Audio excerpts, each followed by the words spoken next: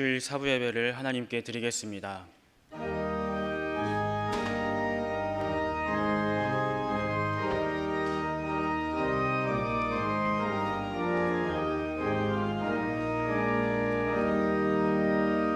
하나님 말씀은 요한계시록 14장 14절에서 20절까지 말씀입니다.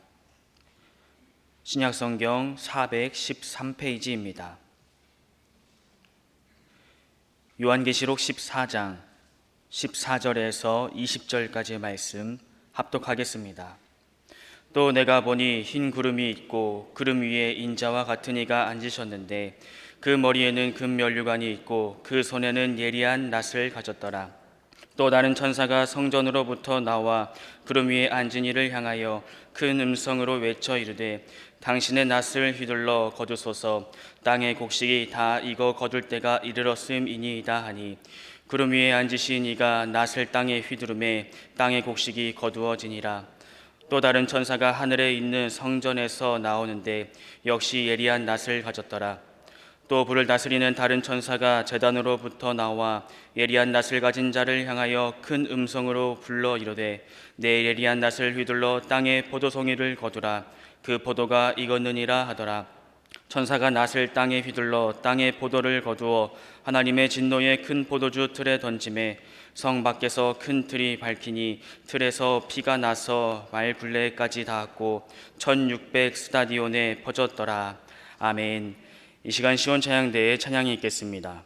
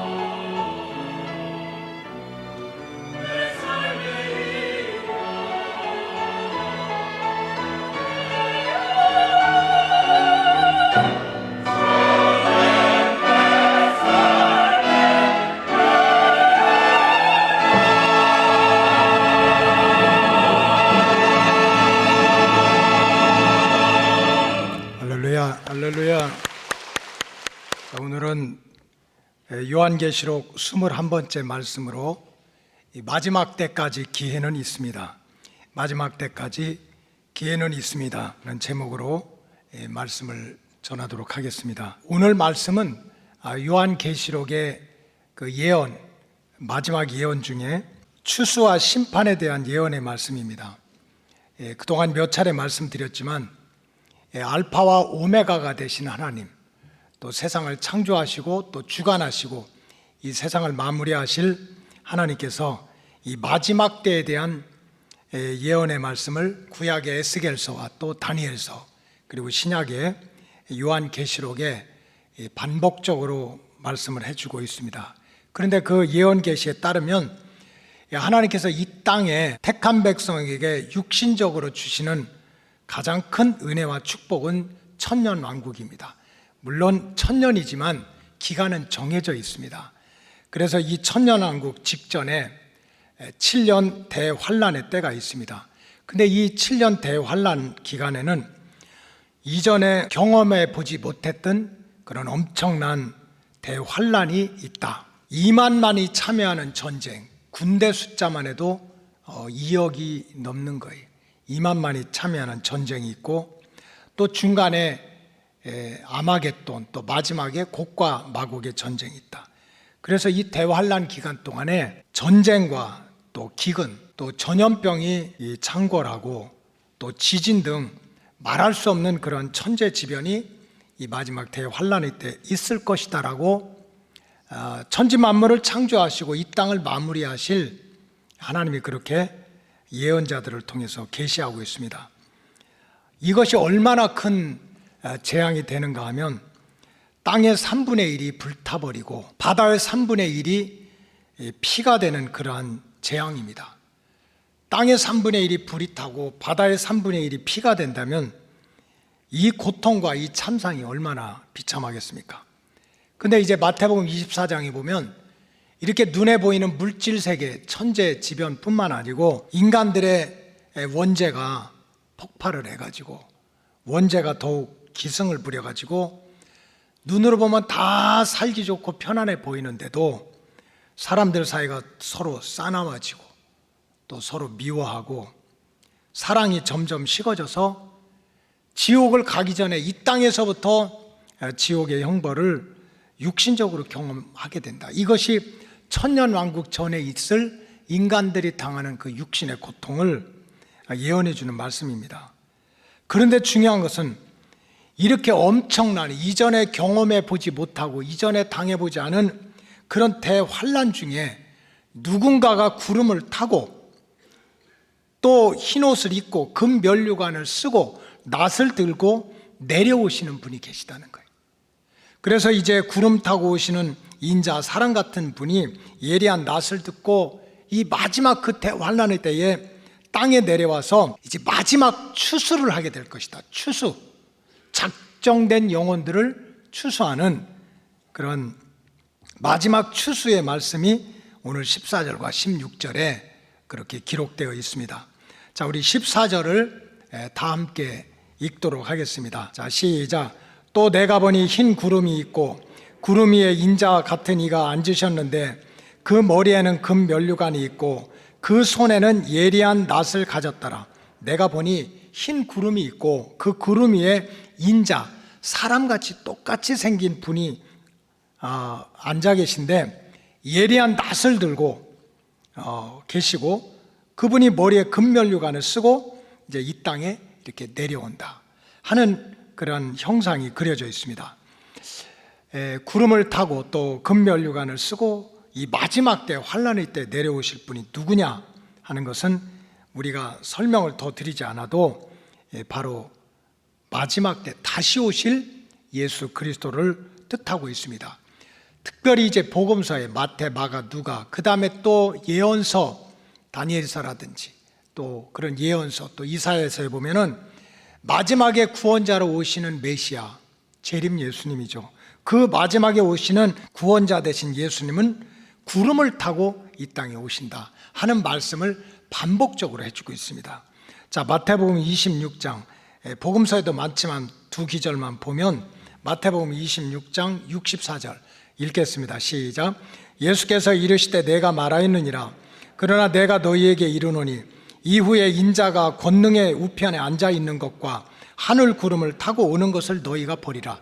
자, 2000년 전에 예수님께서 십자가에 달려 죽으시고 장사 지낸 바 되었다가 3일 만에 부활하시고 제자들과 함께 부활의 몸으로 40일을 계시다가 승천을 하셨습니다. 그리고 하나님의 보좌 우편에 그렇게 영광과 권능으로 있다가 이제 하나님이 작정한 그 예언의 때, 마지막 천년왕국 직전 환란의 때 초반에 오실지 아니면 중간에 오실지 아니면 마지막 부분에 오실지 모르지만 이 인자가 큰 권능의 우편에 앉아 계시다가 하늘 구름을 타고 이 땅에 내려오는 것을 너희가 눈으로 보리라.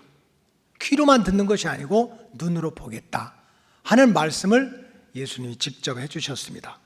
그리고 마가복음 13장 26절에도 보면 똑같은 내용입니다. 마가복음 13장 26절에 보면 시작. 그때 인자가 구름을 타고 큰 권능과 영광으로 오는 것을 사람들이 보리라. 구름을 타고 큰 권능을 가지고 권세를 가지고 또 영광을 가지고 이 땅에 내려오는 것을 사람들이 본다는 거예요. 자, 금면류관을 쓰시고 구름을 타고 이 땅에 오실 분이 누구냐? 말할 것도 없이 재림하는 예수 그리스도를 뜻합니다. 근데 여러분들이 마지막 때 주님이 금면류관을 쓰고 의의 흰옷을 입고 그 다음에 추수의 낫을 들고 이 땅에 오신다고 하는 말씀을 듣고 믿어지는 것이 은혜입니다. 지금 하나님의 말씀을 믿지 않고 믿음의 세계에 들어오지 않은 사람들, 또 신앙생활을 하더라도 이 자유주의와 인본주의 신학과 사상에 물든 사람들은 예수님이 구름 타고 이 땅에 다시 오신다는 건 절대로 인정하지 않습니다. 지금 세상이 어떤 시대인데 우주선이 왔다 갔다 하는 시대고 인공지능 로봇이 일어나서 청소도 해주고 뭐 운전도 해주고 다 해주는 건데 지금 시대가 어느 시대인데 무슨 예수님이 구름을 타고 오십니까? 이건 무슨 몇천 년 전이지 신화와 전설이지 이게 무슨 과학적으로 말도 안 되게 구름을 타고 이 땅에 오시느냐? 이건 상상이야. 이건 그렇다는 말이고 상징이고 그런 거지 어떻게 예수님이 구름 타고 오냐? 해서 예수님이 다시 오시는 구름 타고 오시는 역사를 부인하고 읽어도 믿지 않는 심령들이 많은데 이런 예언의 말씀이 믿어진다는 것, 또 그 말씀을 믿고 우리가 믿음 생활을 한다는 것은 하나님이 주신 은혜입니다. 그래서 요한복음에도 보면 육으로 난 것은 육이라는 거예요. 내가 수십 년을 신앙생활해도 육으로 난 것은 육이고 영으로 난 자야만이 하나님의 비밀을 깨달을 수가 있다는 거예요. 내가 지식이 많아지고 수없이 세상에서 좋은 관계를 다 가지고 있어도 영적으로 하나님이 불어넣어주는 영이 없으면 예언의 말씀, 계시의 말씀이 인간적인 생각으로 판단하고 정죄하고 잡았다가 버렸다고 하지 이게 믿어지질 않는다는 거예요. 예수님께서 이 땅에 사실 때뿐만 아니라 나중에 부활하고 승천하실 때도 천사가 얘기를 합니다. 왜 그렇게 걱정하고 왜 이렇게 염려하고 바라보느냐? 하늘로 올라가신 이는 하늘로 올라가신 그 모습대로 다시 오리라 하는 말씀을 똑같이 주셨던 거예요. 그렇기 때문에 특별히 우리 로고스 가족들 주님 가까이 오실 때 육으로 난 것은 육이라고 그랬어요. 영으로 우리가 거듭나지 않으면 하나님의 구원의 진리, 믿음의 진리를 우리가 받을 수가 없다는 거예요. 그래서 우리가 하나님의 영을 때마다 시마다 충만히 받아가지고 이 하나님의 예언의 말씀이 온전히 믿어지시기를 주의 이름으로 축복합니다. 믿음이 축복입니다. 믿음으로 죄사함 받고 믿음으로 구원받고 믿음이 없이는 하나님을 기쁘시게 못하는 거예요. 그래서 이러한 다시 오시는 주님의 모습을 우리가 성경대로 믿을 수 있는 그런 믿음의 은혜를 받아야 됩니다. 그런데 오늘 중요한 것은 이 대환란의 때에 정말 얼마나 세상이 험난하면은 땅의 3분의 1이 불바다가 되고 바다의 3분의 1이 피바다가 되고 전쟁과 기근과 지진과 천재지변과 인간의 그런 악한 심정으로 싸우고 미워하고 싸납고 하는 가운데 인간들이 당하는 그 고통 가운데 도대체 예수님이 내려오셔서 무슨 일을 하려고 하시느냐, 그것도 정해진 7년 대환란의 기회 동안에 예수님이 무슨 일을 할 것이냐 하는 내용을 우리가 오늘 14절에서 20절까지 읽었습니다. 근데 이 14절에서 20절에 보면 이런 대환란의 시대, 이제 인간의 역사는 끝입니다. 태초에 하나님이 천지를 창조하셨는데 이제 새 하늘과 새 땅이 없어지는 마지막 7년입니다. 그 마지막 때에 하늘에 계셨던 주님이 구름을 타고 이 땅에 오셔가지고 하시고자 하는 일이 뭐냐 하는 것은 오늘 본문에 보면 두 가지입니다. 첫째는 마지막 추수입니다. 그래도 마지막 추수를 하신다는 거예요. 그 대환란 가운데도 그래도 택함 받은 자, 하나님의 구원의 작정 안에 있는 자를 이제 주님이 직접 그 영혼들을 추수한다는 내용입니다. 또 하나는 땅에서 임하는 마지막 육신적인 재앙입니다. 이건 무슨 지옥불에 떨어지는 것이 아니라 땅에 있는 인생들에게, 특별히 하나님 앞에 잡힌 인생들에게 땅에서 받을 저주를 이제 두 분으로 나눠서 설명해 주고 있습니다.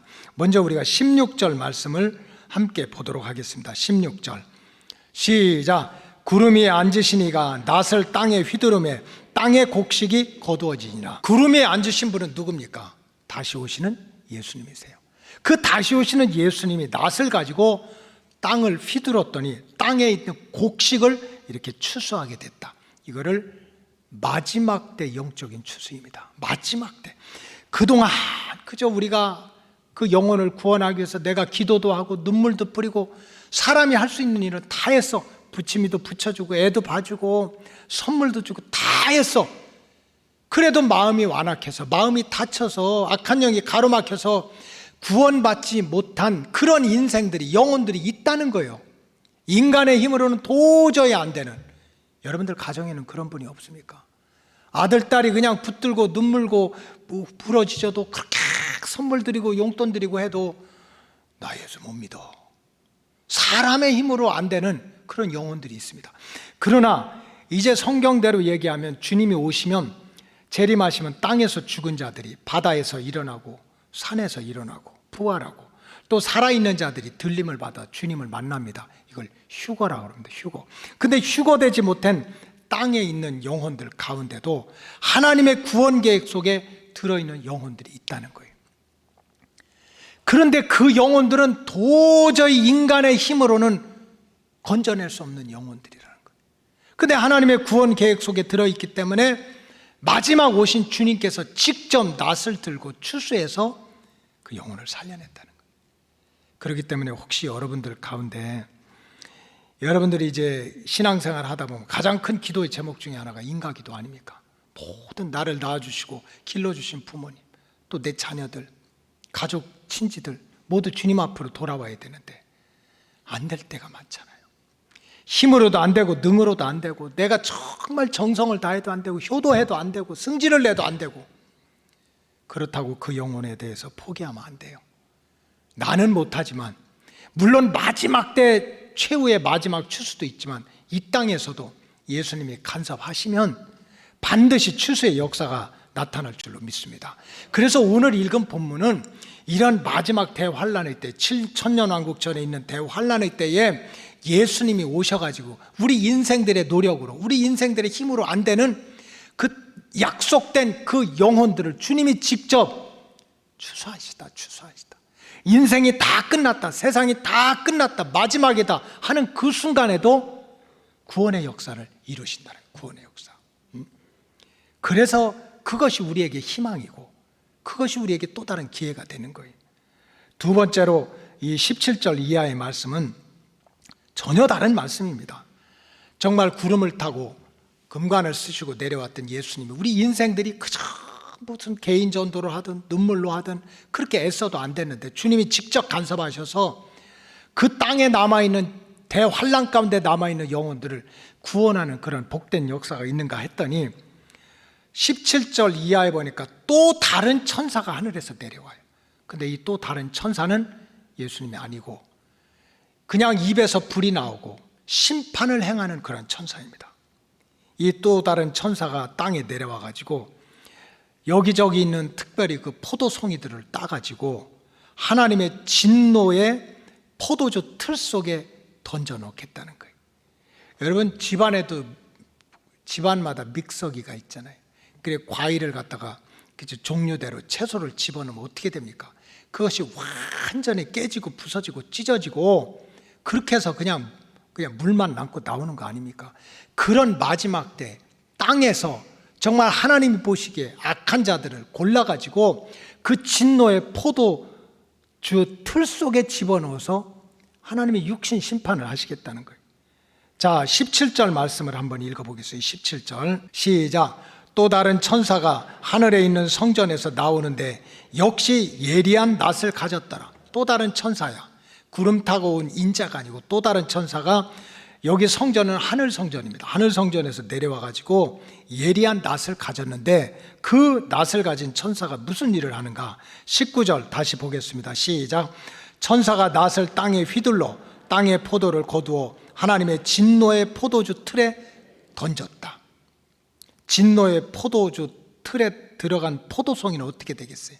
깨지고 뭉개지고 찢어지고 만신창이가 되고 견디다 못해가지고 이제 정말 물처럼 피처럼 흘러내려가게 되는 거예요. 그런데 이렇게 진노의 포도주 틀 속에 들어간 그 육신과 영혼들이 깨지고 뭉개지고 찢어지는 가운데 거기서 피가 흘러나오는데 그 피가 땅에 있는 말 굴레까지 차게 된다. 이게 말 발굽일 수도 있고 말 수레일 수도 있고 피가 그만큼 땅에 고인다는 거예요. 그리고 그 피가 얼마만큼 흘러내리냐 하면은 1600 스타디온까지 퍼진다고 그랬어요. 1600 스타디온은 약 350km 정도 된다. 350km. 350km가 얼마나냐? 지금 이스라엘이 남쪽에서 북쪽까지 최장거리가 400km입니다. 그러니까 이스라엘 땅 전체를 커버하는 거예요. 이스라엘 땅 동에서 서 가장 넓은 면적이, 그러니까 우리나라 강원도만 하니까 그저 121km, 좁은 데는 뭐 2, 30km밖에 안 돼요. 그 이스라엘 땅이야. 그러니까 사실은 300km, 남북으로 300km 그 이상이 그 포도주 틀에서 들어갔던 그 피가 흘러서 그 온 땅을 피로 적시게 된다니까 이것보다 큰 재앙이 어디가 있겠어요? 마지막 환란의 재앙. 자, 20절 말씀이 바로 그런 말씀입니다. 한번 보겠습니다. 시작. 성박에서 그 틀이 밟히니 틀에서 피가 나서 말 굴레까지 닿았고 1600 스타디온에 퍼졌더라. 그러니까 지금 한쪽에서는 울어도 안 되고 기도해도 안 되고 사랑해도 안 됐지만 사람들이 구원시키지 못했지만 이게 하나님의 구원 역사에 있기 때문에 주님이 직접 오셔서 그 영혼을 추수하는 정말 마지막 때 기회가, 마지막 때 소망이 이루어지는데 또 한쪽에서는 어떻게 됩니까? 완전히 포도주 틀 속에 들어가지고 깨지고 부서지고 망가져가지고 그 피가 강같이 흘러가지고 온 땅을 적시는 그런 재앙이 마지막 때 같이 있다는 거예요. 이 마지막 환란의 때 예수님께서 추수할 곡식은 추수하시고 하나님께서 또 진노의 틀에 던져가지고 하나님의 진노를 밟게 하는 그러한 역사는 계속 하신다는 거예요. 이렇게 추수할 건 추수하고 또 진노의 틀 속에 집어넣을 건 집어넣게 된다는 이 마지막 때 역사는 사실은 예수님이 살아생전에 마태복음 3장 12절에서 정확하게 예언을 하셨습니다. 마지막 때가 되면은 구별하는 역사가 있다. 똑같은 자리, 똑같은 현장, 똑같은 믿음 생활, 똑같은 나라에서 살지만 마지막 때 그렇게 구별하는 역사가 있다 하는 것을 이미 예수님 말씀하셨어요. 마태복음 3장 12절 우리가 함께 읽겠습니다. 시작. 손에 키를 들고 자기의 타작마당을 정하게 하사 알곡은 모아 곳간에 들이고 쭉정이는 꺼지지 않는 불에 태우시리라. 이게 예수님이 마지막 환란의 때에, 물론 우리가 살아가는 자체가 인생이 고통이고 시험이고 얼마나 어렵고 많습니까? 이거는 우리가 마지막 대환란의 연습일 뿐이야.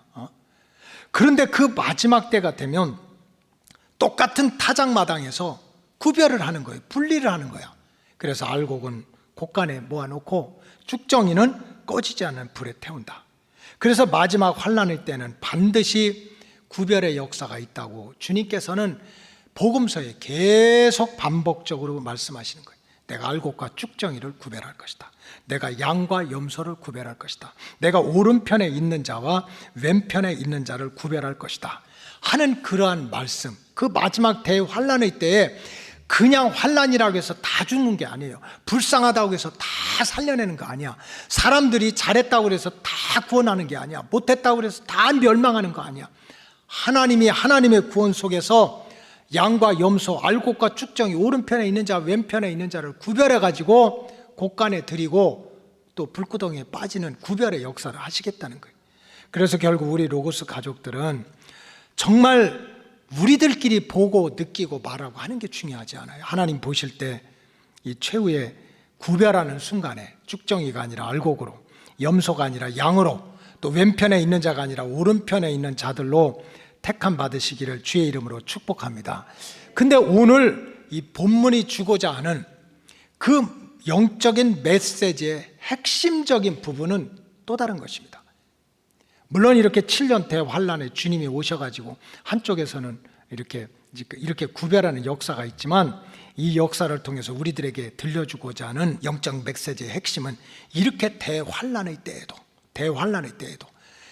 상상해보지 못했던, 이전에 없었던 그런 대환란, 전쟁이든지 기근이든지 질병이든지 뭐 전염병이든지 아니면 천재지변이든지 이전에 없었던 그런 대환란 가운데서도 주님께서는 살릴 자를 살려주시고 마지막 그 순간까지, 다 끝나는 그 순간까지 구원받게 할 자를 구원받을 수 있도록 주님이 마지막 추수를 하신다는 말씀입니다.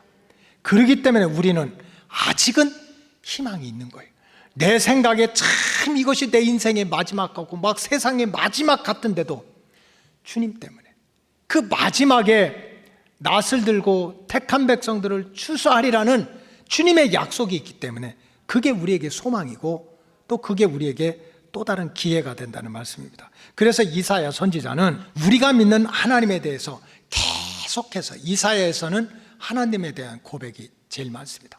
야, 내가 믿는 하나님, 우리가 믿는 하나님, 우리에게 역사하는 하나님은 어떤 하나님이냐, 이거를 알려주느라고 애를 썼던 게 이사야입니다. 이사야 내가 누구다, 그게 아닙니다. 우리가 믿고 우리가 붙들고 있는 하나님이 누구냐, 그 하나님을 우리가 바로 봐야 된다 해서 이사야의 신관이라고 그러는데, 이사야가 하나님에 대해서 말씀드리는 내용이 너무 많아요. 자, 이사야 40장 4절을 우리가 함께 보고 읽겠습니다.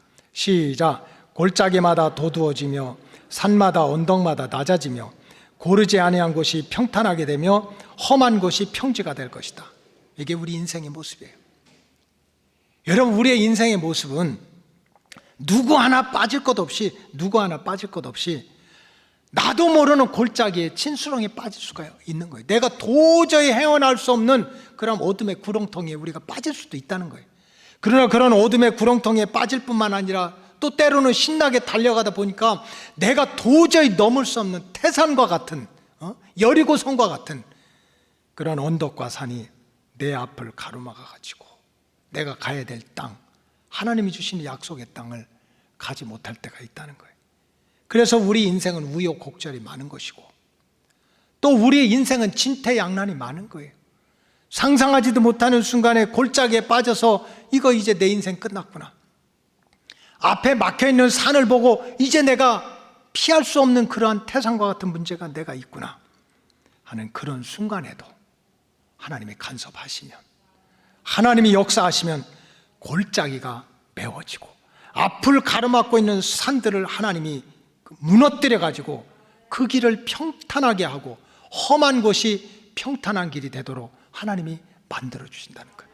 그래서 우리가 생각하기에는 진수렁에 빠져 있고 우리가 생각하기에 태산 같은 그런 문제가 있어서 이제는 우리는 끝이다 하는 그 순간에도 하나님은 마지막 구원의 손길을 언제든지 열어주신다는 거예요. 이사야 41장 14절, 이사야 41장 14절 다 같이 한번 읽겠습니다. 시작. 버러져 같은 너 야곱아, 너희 이스라엘 사람들아 두려워하지 말라. 나 여호와가 말하노니 내가 너를 도울 것이라. 내 구속자는 이스라엘의 거룩한 이인이라. 옛날 개역 성경에는 버러지 같은 야곱아 이르지 않았어요. 뭐라고 그랬습니까? 지렁이 같은. 지렁이 같은 야곱아. 여러분, 지렁이가 이름이 있습니까? 지렁이가 간판이 있습니까? 지렁이가 얼굴이 있습니까?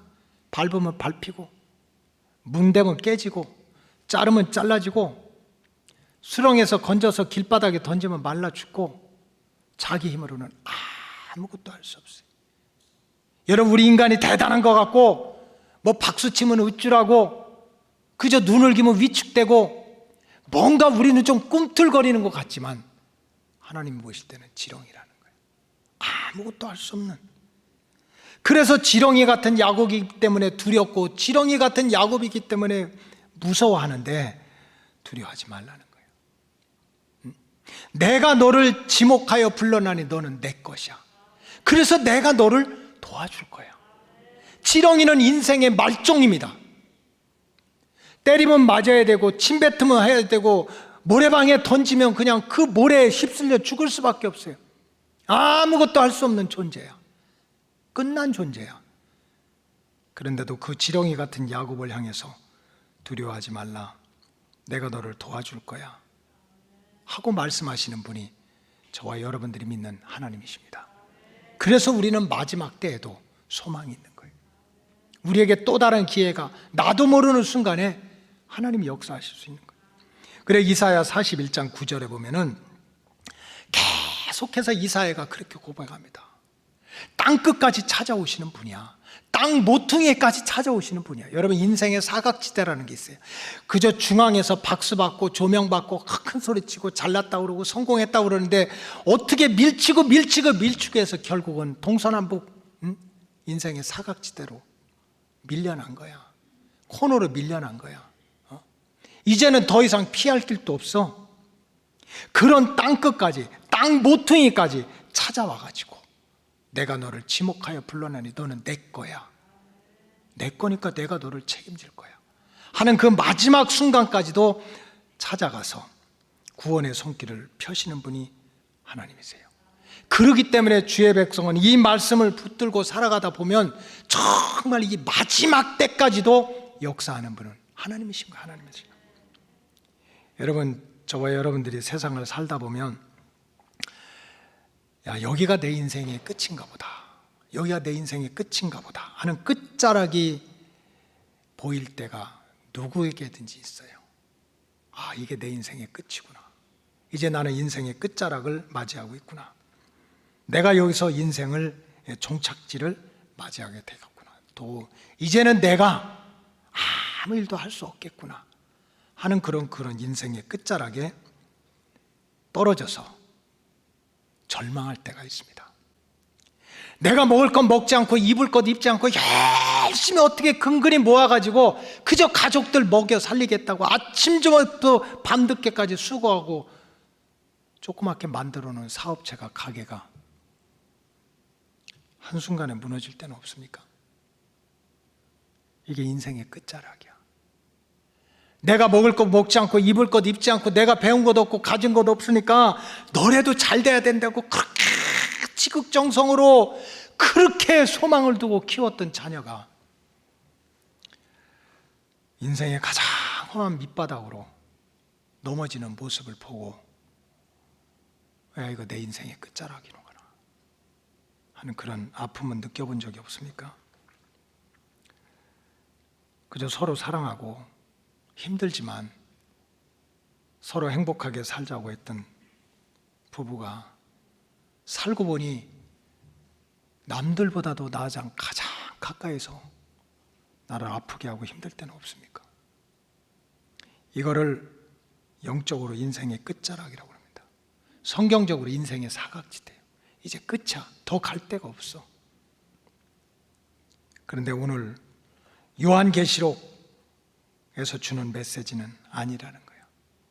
그 인생의 끝자락, 인생의 사각지대, 인생의 모퉁이, 이제 밀려날 만큼 밀려난 그 마지막 순간에도 하나님이 함께 하시면 소망이 있다는 거예요. 하나님이 함께 하시면 마지막 때도 또 다른 구원의 기회가 있다고 하는 거예요.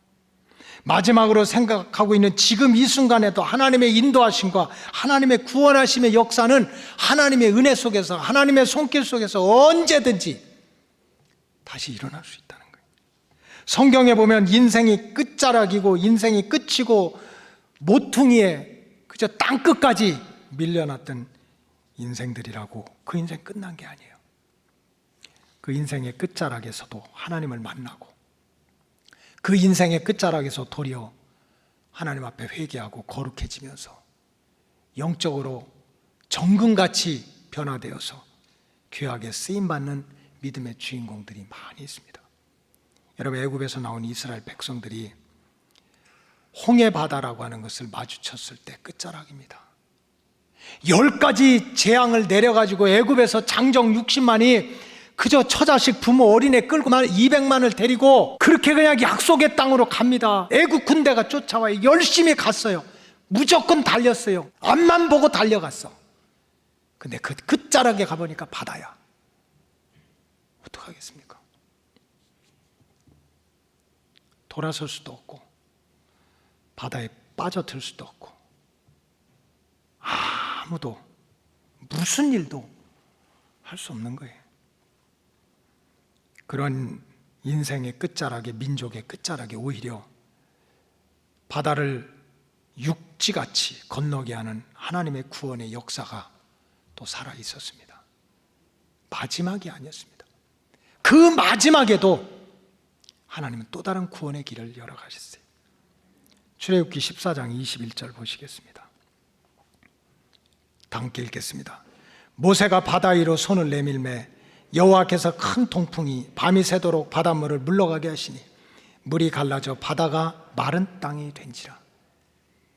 이제는 인생의 끝자락에 왔어요. 뒤로 갈 수 없어요. 앞에는 바다야. 이걸로 끝이야. 그때 모세가 바다 위로 손을 내밀었대. 이게 뭐가 중요합니까? 손을 오른쪽으로 내밀었는지 왼쪽으로 내밀었는지, 큰 작대기를 집었는지 작은 작대기를 집었는지, 우리는 다 거기에 관심이 있어요. 모세가 들은 지팡이가 뭐냐? 모세가 들은 지팡이가 뭐냐? 이게 흰색이냐 빨간색이냐? 긴 거냐 짧은 거냐? 그러나 지내놓고 보니까 모세의 손 위에 들려있는 지팡이는 아무것도 아닙니다. 한번 따라하세요. 여호와께서, 하나님이 큰 바람이 동쪽에서부터 불게 해가지고 밤새도록 보이지도 않는 곳에서 홍해 바다를 갈르셔가지고 바닷물이 물러가게 하고, 바닷물이 물러가고 그 바다를 마른 땅으로 만들어 주셨던 하나님의 마지막 손길이 그 민족을 살려낸 거예요. 그래서 마지막 때도 기회는 있습니다. 마가의 다락방에 모였던 초대교회 성도들도 인생의 끝자락을 맞아서 그 골방으로 들어간 겁니다. 3년 동안 예수님 따라다닐 때 얼마나 신났겠어요. 얼마나 자랑스럽게 내가 예수님 믿는다고, 예수님 내 선생이고 나 제자로 뽑아줬다고 아주 얼마나 프라우드 했겠어요. 얼마나 자랑스럽겠어요.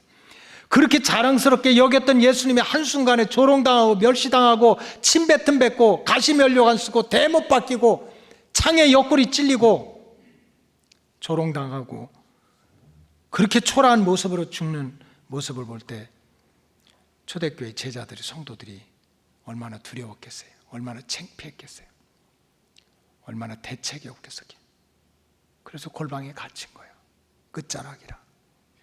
근데 그걸로 끝나지 않았어요. 오순절날의 이름에 그들이 다 같이 모여있더니, 성경에 보니까 갇혀있더니 그런 뜻이야. 나가지도 못해. 내가 예수 믿었다고도 못해. 내가 예수의 제자라고도 못해. 무서워서 죽을까봐, 두려워서 죽을까봐, 창피해서 못해. 그런 순간에도 하늘로부터 그렇게 골방에 갇혀 있었지만, 닫혀 있었지만 급하고 강한 바람 같은 소리가 있어서 그들이 앉은 온 집에 가득하며 불의 혀 같은 것이 갈라져서 각 사람의 머리 위에 임했더니 그들이 살아났어요. 갇힌 자리, 막힌 자리, 끝자락에서 다시 살아나가지고 이제 내가 살아도 주를 위해서 살고 죽어도 주를 위해서 죽겠다는 사람으로 하나님 변화시켰습니다. 여러분, 인생의 마지막 끝자락에 이르렀다는 것이 오히려 하나님을 만나는 구원의 통로가 될 수 있고, 도리어 불구덩이 속에 들어가서 훈련받고 연단받아서 정금같이 나오는 영적으로 시금석이 되는 그런 하나님의 훈련 과정일 수가 있습니다. 따라서 우리 로고스 가족들은 마지막 때에도 기회는 있다, 마지막 때에도 소망은 있다 하는 이 말씀의 진리를 깨닫고 인생의 코너코너마다 또 고비고비마다 골짜기마다 막힌 산 앞에서 전능자가 되시는 하나님을 다시 한번 붙들고 하나님의 손길의 인도함을 받는 복된 자녀들 되시길 주의 이름으로 축복합니다. 기도하겠습니다. 하나님 감사합니다. 인생의 사각지대 땅끝까지 찾아오셔서 또 한 번 구원의 손길을 펴시는 주님, 7년 대환란 가운데서도 구름을 타고 오셔서 왕관을 쓰시고 작정된 영혼들을 마지막으로 추수하시는 주님을 보면서 마지막 때도 구원의 기회가 있다, 마지막 때에도 은혜 안에서 하나님의 역사가 있다는 말씀으로 우리 로고스 가족들 광야에서나 골짜기에서나 막힌 산 위에서나 가로막힌 홍해 바다 앞에서도 마지막 때 역사하는 하나님의 구원의 은총을 사모하게 하여 주시옵소서. 축복하오며 예수님의 이름으로 기도하옵나이다. 아멘.